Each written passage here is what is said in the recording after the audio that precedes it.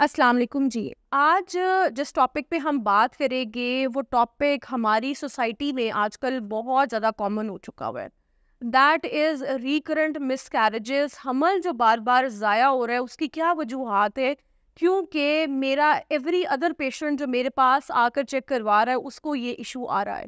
याद रखिए कि जो हमारे हेल्दी कपल्स हैं वो 80% कपल्स नेचुरली पहले ही साल कंसीव कर लेते हैं और जो बकिया 20% है उसमें से 15% जो है कपल्स वो सेकेंड ईयर के अंदर कंसीव कर लेते हैं।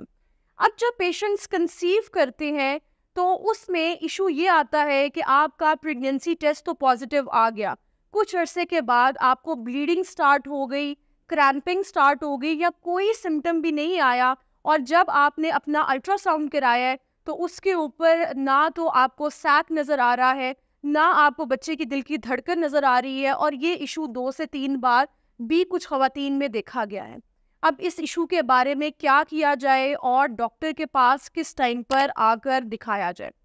रिकरेंट जो मिसकैरेजेस होते हैं उनकी वजह जो है, जो फैक्टर है, उसमें सबसे जो कॉमन चीज़ है दैट इज़ क्रोमोसोमल एबनॉर्मेलिटी। अब क्रोमोसोमल एबनॉर्मेलिटी को समझने के लिए आपने ये बात देखनी है कि जो क्रोमोसोम है वो मेल का जो स्पर्म है उधर से भी आता है और जो हमारा एग है फीमेल का उधर से भी आता है। दोनों में से किसी के अंदर जेनेटिक इशू होता है जिसकी वजह से हमल जो होता है वो स्ट्रॉन्ग इनफ नहीं होता और अल्टीमेटली मिसकैरेज हो जाता है। बट आपने याद रखना है कि 75% लोगों को विदाउट एनी ट्रीटमेंट एक मिसकैरेज के बाद दोबारा नेचुरल हेल्दी प्रेगनेंसी हो जाती है। क्रोमोसोमल एबनॉर्मेलिटी के बाद जो सेकेंड इंपॉर्टेंट चीज़ है जिसकी वजह से बार बार हमल ज़ाया होता है दैट इज़ इन्फेक्शंस। इन्फेक्शंस को तो हम बिल्कुल अपनी सोसाइटी में जो फीमेल्स हैं इग्नोर कर देती हैं, चाहे वो मेल इन्फेक्शन है या फीमेल इन्फेक्शन है और मेल की वजह से फीमेल को ट्रांसमिट हो रही है या फीमेल की वजह से मेल को हो रही है, ये हम इग्नोर कर देते हैं, जबकि आपको इसको इग्नोर नहीं करना।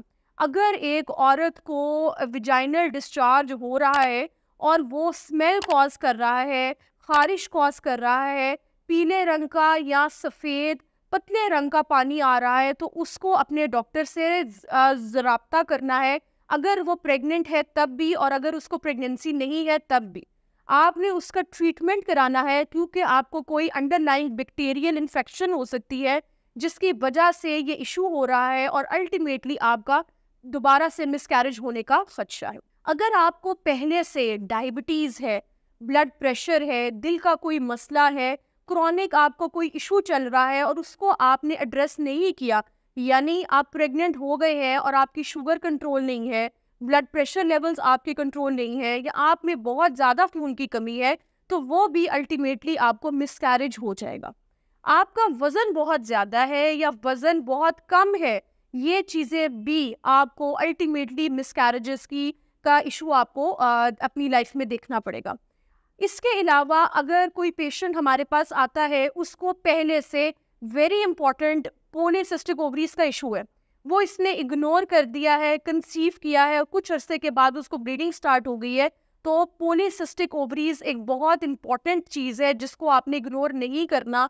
उसका टाइमली आपने ट्रीटमेंट करा के फिर प्रेगनेंसी वाले फेज में जाना है ताकि आपका मिसकैरेज का इशू ना बने।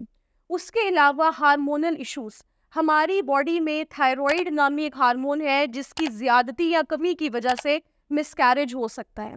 इसके अलावा हमारे बेशुमार और हार्मोन्स हैं जिनकी इन्वेस्टिगेशन जो है होना बेहद लाजमी है आपके बेबी के प्लान करने से पहले, ताकि आप हेल्दी प्रेगनेंसी में एंटर हों। अगर कुछ ऐसी ख़वातीन है, कुछ ऐसा उनका काम करने का या उनकी ऐसी जॉब है जिसमें उनको जो है रेडिएशंस का एक्सपोजर है, तो that can also lead to miscarriages. अभी जो इश्यूज मैंने आपको बताए हैं, अगर इनमें से कोई आपको प्रॉब्लम आ रही है तो आपको लाजमी अपने डॉक्टर को कंसल्ट करना है, अपने डॉक्टर से इसके बारे में राय लेनी है।